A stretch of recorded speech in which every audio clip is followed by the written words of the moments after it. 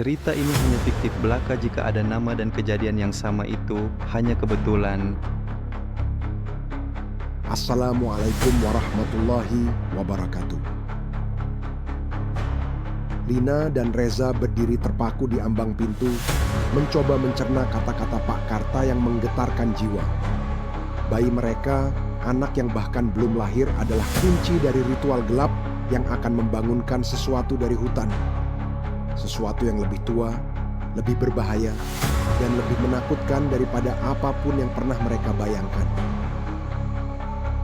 Lina, Reza, dengar aku baik-baik. Suara Pak Karta bergetar, wajahnya tampak dipenuhi penyesalan dan ketakutan. Aku tidak tahu seberapa jauh mereka akan melangkah, tapi yang aku tahu, mereka akan menghancurkan kita semua jika mereka berhasil. Desa ini kita semua hidup di atas kutukan lama, ujarnya. Kutukan? Reza mengulang dengan raut bingung dan penuh tanya. Maksud Bapak apa? Pak Karta menghela napas panjang, menatap ke arah hutan yang kini semakin tertutup kabut tebal. Puluhan tahun yang lalu, nenek moyang kita membuat perjanjian dengan makhluk-makhluk yang bersembunyi di dalam hutan itu. Mereka membutuhkan kehidupan darah, nyawa untuk tetap tidur. Setiap beberapa generasi, bayi yang baru lahir akan dijadikan persembahan agar makhluk itu tidak bangun. Wajah Lina pucat, bola matanya membesar. Dia menatap Pak Karta dengan penuh ketidakpercayaan. Apa maksudnya bayi kami yang menjadi persembahan? Pak Karta menunduk. Jelas sekali rasa bersalah membebani dirinya. Orang-orang kota itu tahu tentang perjanjian ini. Mereka datang ke sini untuk membangkitkan kekuatan yang terkubur di dalam hutan. Dan mereka membutuhkan bayimu untuk menyempurnakan ritualnya. Tandas Pak Karta dengan nada lesu. Ini gila. Reza membentak. Amarah bercampur ketakutan memenuhi suaranya. Tidak mungkin kita membiarkan mereka mengambil bayi kami.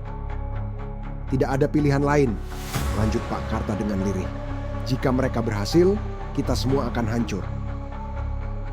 Malam semakin pekat, dan kabut putih yang menyelimuti desa semakin menebal, menimbulan hawa dingin seolah berada di hamparan salju. Tiba-tiba, suara gemuruh dari arah hutan mengguncang bumi. Dari kejauhan, mereka melihat kilatan cahaya merah, seperti api yang menyala di antara pepohonan.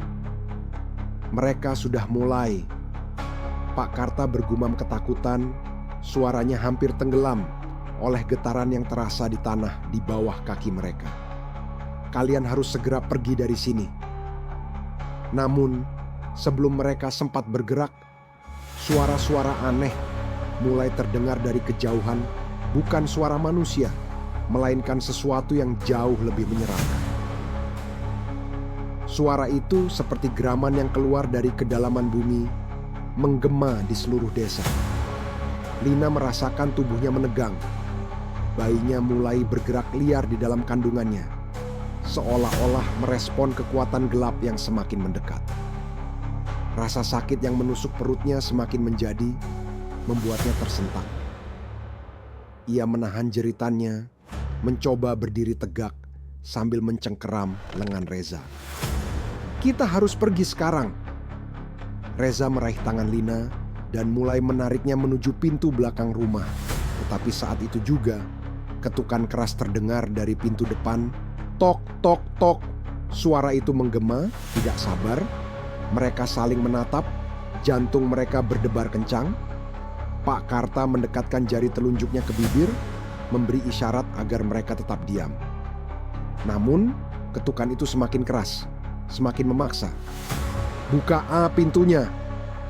Suara keras dari luar terdengar, diiringi oleh suara derap langkah beberapa orang. Suara itu datang dari orang-orang kota. Mereka telah sampai di desa. Mereka mencari Lina, mencari bayinya. Pak Karta, seru Reza dengan suara pelan, matanya penuh ketakutan. Kita harus pergi sekarang, cepat.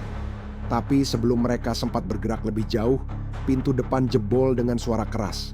3 orang pria berpakaian gelap masuk, wajah mereka penuh amarah dan keserakahan. "Lina!" Salah satu dari mereka berteriak, "Kita tahu kamu ada di sini. Bayimu adalah milik kami." Dengan mata liar, mereka mulai mencari di dalam rumah, menghancurkan perabotan yang ada di hadapan mereka. Reza buru-buru menarik Lina dan Pak Karta menuju pintu belakang, berharap bisa kabur sebelum mereka tertangkap. Namun saat mereka keluar, bayangan lain menunggu mereka di luar. Di halaman belakang, sesosok tinggi berbalut kabut hitam berdiri diam, lebih menyeramkan daripada apapun yang Lina lihat sebelumnya. Bayangan itu tampak tak berwujud, namun matanya yang merah menyala memperlihatkan kehadiran sesuatu yang jauh dari dunia manusia. Lina terhenti, tubuhnya gemetar hebat.